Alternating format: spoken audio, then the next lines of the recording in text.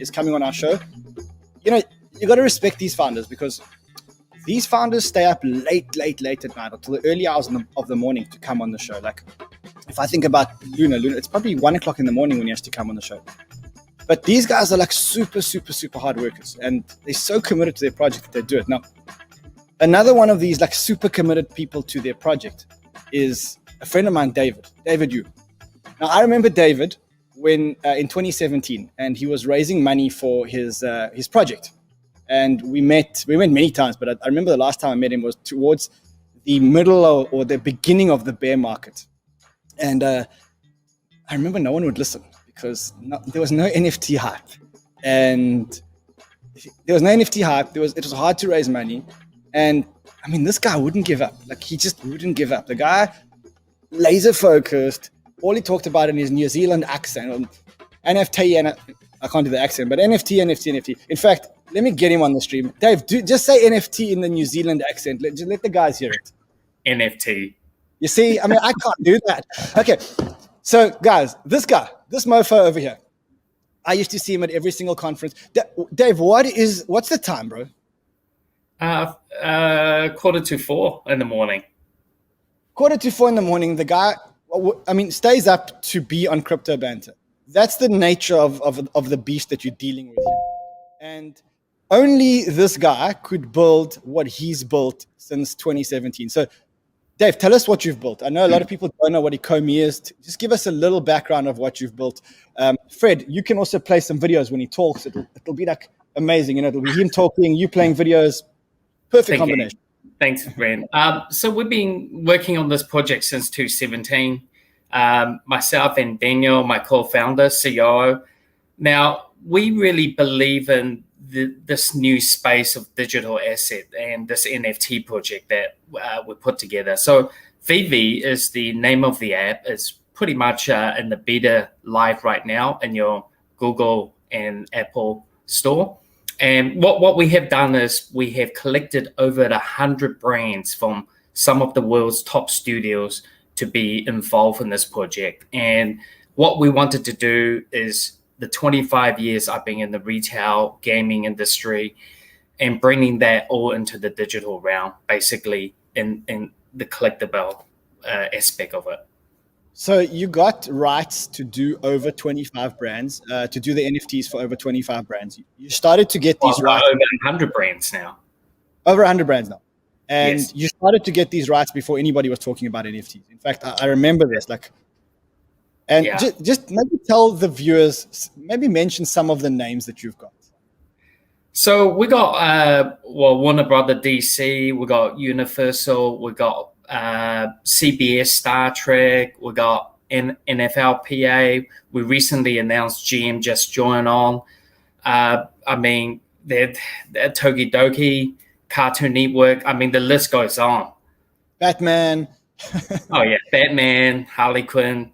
And we got Sony, Ghostbusters on there.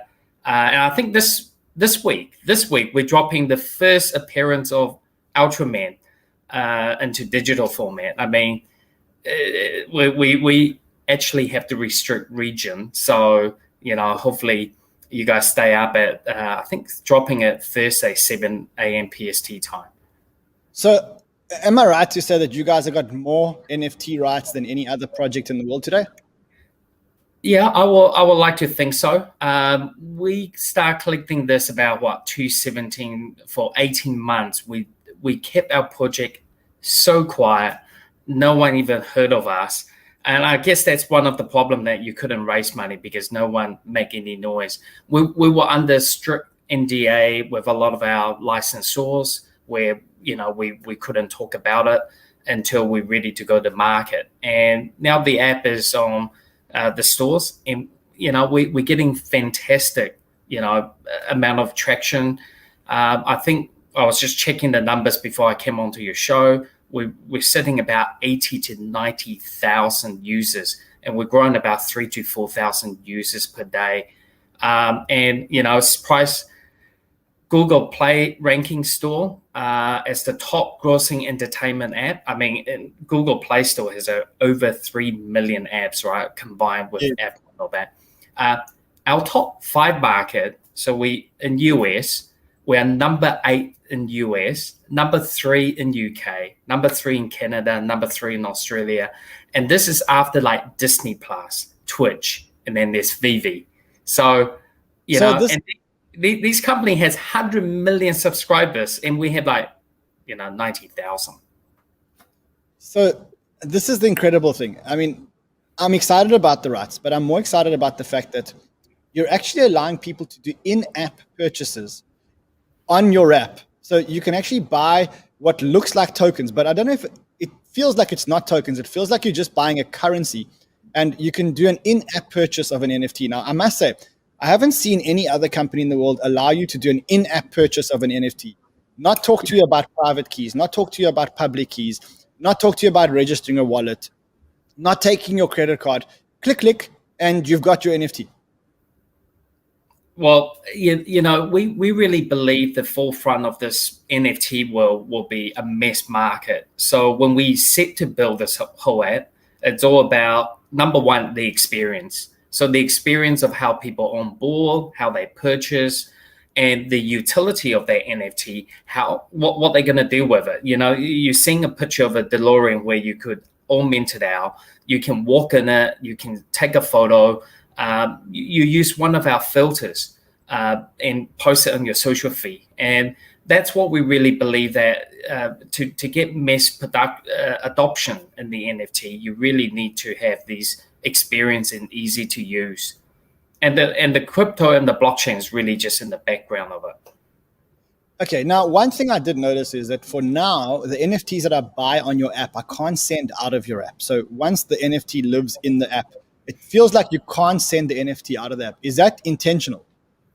Yes. So right now, we are looking at a number of options. So a couple of things. We want to ensure that the security aspect, the chain that we're on, we possibly be moving to something a bit more suitable for NFT. We're investigating all the options. And once once we get through this process, we'll start opening up certain license to be sent out. Inside the app, we do have a marketplace, and the marketplace is coming back up online, I think, in the next 48 hours to some of our beta testers. We just want to make sure that it's robust and can handle the loading. We were definitely not expecting to have this type of growth. I think just looking at the quarter, we grew about 12,000% in both users and sales. Sure. Well, that's part of the NFT explosion. So we've done over 150,000 collectible 3D sculptures sold since we launched. If you convert that into toy terms and sculpture and deliverable into shops, that's about 200 containers of shipments. So you've produced 150,000 NFTs. No, we produced about 180,000. We sold about 150,000 of that already. Who's producing these NFTs? I mean, is it you guys producing the NFTs? Is it the license holders producing the NFTs? Who's producing the NFTs? Yeah, so we, as a company, we sign the rights.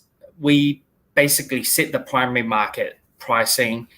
As you've probably seen, this image coming up, the Todd McFarlane Batman, this is sculpted and drawn by a famous DC artist, and one of my favorite artists, Todd McFarlane, who's a great comic.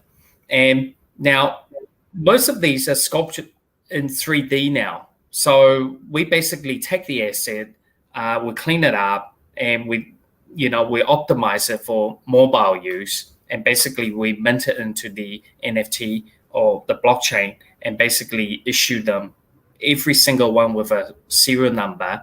And this is one of the first appearance of Batman. So if you haven't got one, I think it's sold out anyway. Fred, are you watching this? Fred, I mean, this is absolutely amazing. Look, we are running a little bit low on time, but I want to get into the nuts and bolts. So when I did some project research, your token is currently living on GoChain. Am I right? That's correct. And your token is moving to Uniswap, I think in a few days. We're moving at the end of this month, so I think it's next Wednesday. And one of the main reasons is Uniswap is doing an upgrade. We'll just want to see how everything goes, and we'll be live by end of this month. Okay, now what is the logic for being on GoChain? Why not go onto Ethereum or one of the more used blockchains? It kind of feels like, to me, I mean, I know the guys from GoChain. To me, it feels like GoChain is a ghost town. I'm not sure that I'd be putting one of the best NFT projects on GoChain. Yes. So, we talked about it 3 years ago. No one really, well, 3.5 years ago now. The technology fit for our purpose back then, and it was very, very cheap. And, the hybrid, having the side chain helping us a lot.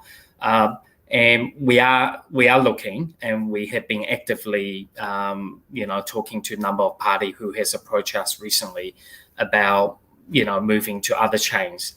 And, we can't speculate what we're going to be doing. We will be announcing in our monthly catch up with everyone and update. So, yeah, hopefully you'll see some big news in that. Amazing. I mean, how do you launch a GoChain token on Uniswap though? Or does Uniswap, because the EVM is the same, does Uniswap actually support GoChain tokens? Yes. So there's a wrap on it right now. Okay. And that's how we're going to be doing it. So I think a website will be launched for you to do this wrap and swap over. Okay, now the community are here, and in the chat they're saying, ask about Pokemon. This is your chance to ask about Pokemon. What am I supposed to ask about Pokemon? Like, everyone here is saying, ask about Pokemon. Is Pokemon coming? We do have a library of content that is going to fill out basically this whole entire year. We are talking to many other license, including all the animation house, gaming house, especially the last fortnight, the amount of attention we got. And recently we've been a lot of press, so I can't speculate who's coming on. We do have very strict NDA. I love Pokemon. I started selling Pokemon in 1998 when they first become trading card. Brought it down to New Zealand as the first distributor for Pokemon cards.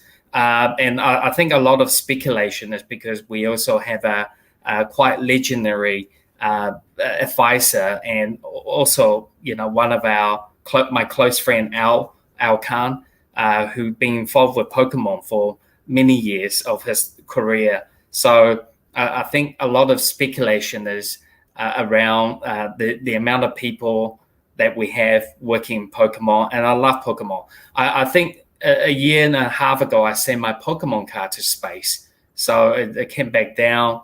I love it, and we will work hard to get Pokemon on board, and we'll see. Alrighty, Dave, thank you so much. Thanks for staying up for us, man. Listen, I salute you, brother. I watched you since 2017. You never gave up. You bootstrapped. You did everything that you needed to do, and now you're here and you've got all the licenses. So well done, my friend. And this is one of the projects that we're going to stay up to date with. In fact, if you ever need a platform to make announcements, Crypto Banter is your home, my friend. Thanks, Ray. Thanks for having me on. Thank you, my friend. Okay, guys. Like entrepreneurs, when they talk to you about what entrepreneurs look like, feel like, act like, that's the guy. That's the guy. I mean, that's the guy. Tell you, there's another guy. There's another entrepreneur that I want to talk to you about. So this